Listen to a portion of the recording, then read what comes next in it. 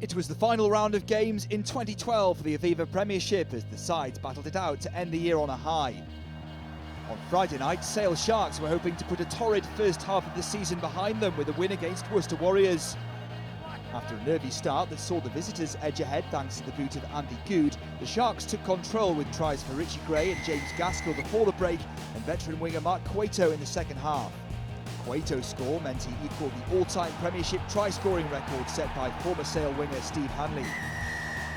All of the tries were converted by Danny Cipriani, who also added 4 penalties in a personal haul of 18 points, while a late Matt Kevzic's score salvaged a losing bonus point for the Warriors. Sharks' win piled the pressure on London Irish, who were Harlequins' opponents in Big Game 5 at Twickenham. 82,000 fans made their way to HQ, but the wet weather didn't give the crowd much to cheer about in a tight first half that saw the sides going level at 6-all. The second half saw more endeavour from both sides, with Danny Kerr scampering over to break the deadlock as the hour mark approached. Irish weren't finished though, as the boot of Ian Humphreys kept them in touch, only for a late penalty try to deny them a losing bonus point.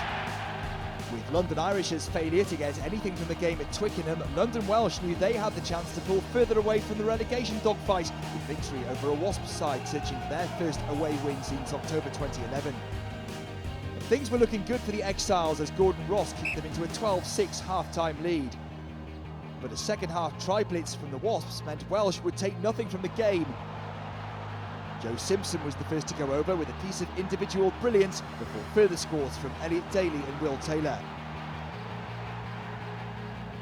Tom Varndell crossed in the last play of the game to give Wasps the try bonus. That win for Wasps lifted them above Exeter and Bath, who played out a West Country derby at Sandy Park. Bath are the only team the Chiefs have failed to beat since their promotion to the Premiership. They looked on course to break that duck after Michael Klassen's early try being cancelled out by the kicking of Gareth Deanson. 2 penalties either side at half-time meant the Chiefs were holding a 12-5 lead going into the final few minutes.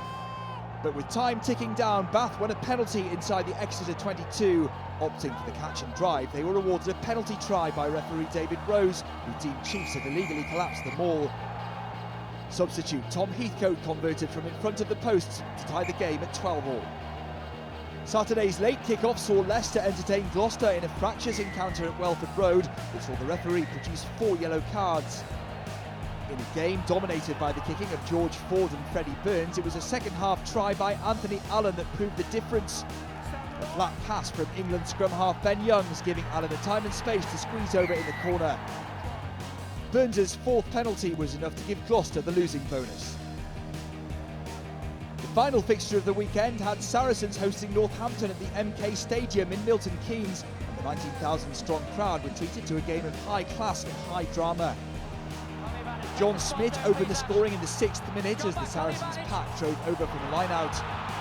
But Northampton hit back with this try from Phil Dowson as the sides went into half-time with a score at 11-10 to the home team.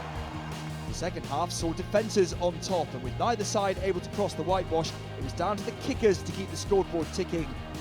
Substitute Owen Farrell looked to have done enough to win the game for Saracens, with his second penalty giving them a 17-16 lead. But when Rhys Gill conceded a penalty with time up on the clock, Stephen Myler had one last chance to win the game for Saints. His kick from all of 57 metres out looked to be on its way over, only to fall short at the last moment and hit the bar. It was despair for Myler and Saints as Saracens held on by the narrowest of margins. Saracens' win sees them maintain second spot, just 1 point behind Harlequins, who head into 2013 on top of the pile. Gloucester remain in 4th despite their loss at Welford Road, while Leicester's win keeps the pressure on the top 2.